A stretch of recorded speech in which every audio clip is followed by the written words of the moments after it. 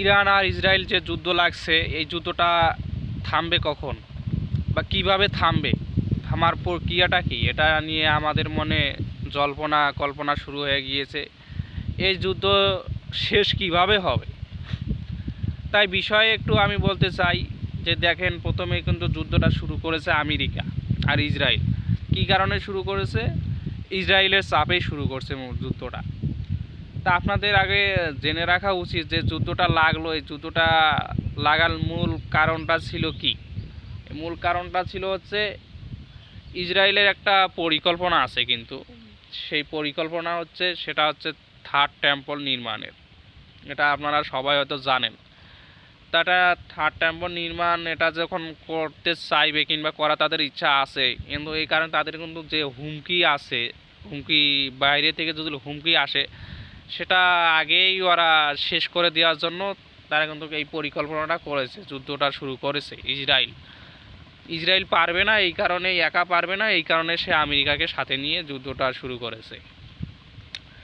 তা এখানে কিন্তু আমরা বর্তমান পরিস্থিতিতে দেখতেছি যে এখনও কিন্তু ইরানের যে ক্ষতিটা হওয়ার সম্ভাবনা, মানে একদম শেষ হয়ে যাবে ইরান, সেই পরিস্থিতি কিন্তু এখনও তৈরি হয় নাই।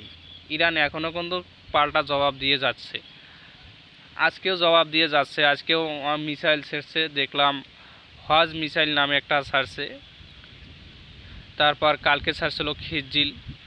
তাই এগুলো শক্তিশালী মিসাইল দিয়ে তারা হামলা চালিয়ে যাচ্ছে ইরান ইসরায়েলে এবং সৌদি আরবের কিছু যে মার্কিন ঘাঁটি আছে সেগুলোতেই। তাই এই পর্যায়ে এসে দেখা যাচ্ছে যে যুদ্ধ এখনও শেষ হওয়ার সম্ভাবনা খুব কম। তবে কয়েকটি কারণ তৈরি হয়েছে যুদ্ধ শেষ হওয়ার।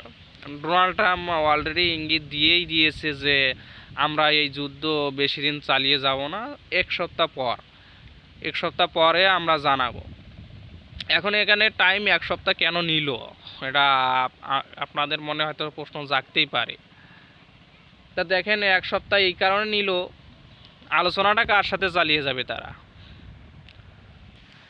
আলোচনার বিষয়টা এখন আপনারা সবাই জানেন এদিকেও যে মোস্তফা খামেনি আছে, সেও কিন্তু এখন আহত কিংবা নিহত, এটা কেউ জানে না। ডোনাল্ড ট্রাম্প এটা নিজেও বলছে, আমি এটা তারা জানি না।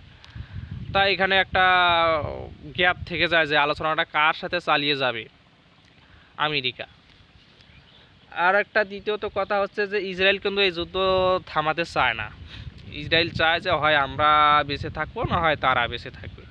এটা তাদের ধর্মীয় লড়াই ইসরায়েলের কাছে, কিন্তু ডোনাল্ড ট্রাম্পের কাছে এটা ধর্মীয় লড়াই না, এটা একটা কূটনীতিক আন্তর্জাতিক বিষয়, যেন ইরান যেন মাথাচাড়া দিয়ে না উঠতে পারে, তাদের এইটাই। অরিজিনালি কিন্তু আমেরিকার যেটা আশা ছিল যে ইরান উপরে উঠতে না পারে, সেটা কিন্তু সেই লক্ষ্যে কিন্তু তারা পৌঁছে গিয়েছে। আপনারা খবরে দেখেছেন তাদের পরমাণু কর্মসূচি, তারপর অর্থনীতি, যত জ্বালানি কেন্দ্র আছে সবগুলোই তারা কিন্তু ধ্বংস করে দিয়েছে ইরানে। অলরেডি ইরান দেখা গেছে যে এই পর্যায় থেকে আরও যে বর্তমান যে অবস্থানে ছিল, এই অবস্থানে আসতে ইরানের অলরেডি 15 থেকে 20 বছর লেগে যাবে। 15 থেকে 20 বছর লেগে যাবে, অলরেডি অনেক পিছিয়ে গিয়েছে। পরমাণু চুক্তি এটা মুখ্য বিষয়।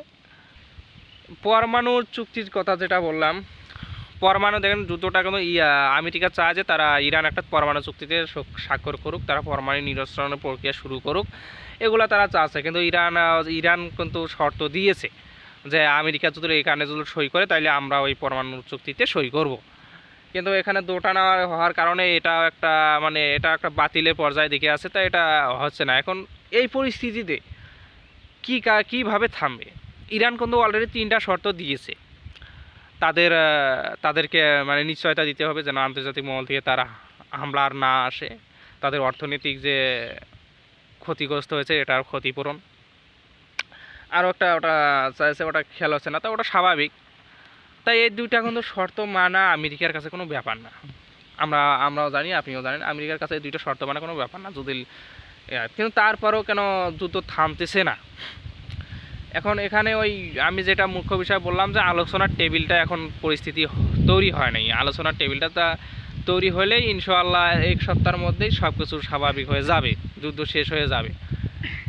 এখন যুদ্ধ পরিস্থিতি তো খুবই খারাপ। বর্তমান যেহেতু দেখা গেছে যে ইরান সব দিক থেকেই ভালো আছে, ভালো পর্যায়ে আছে।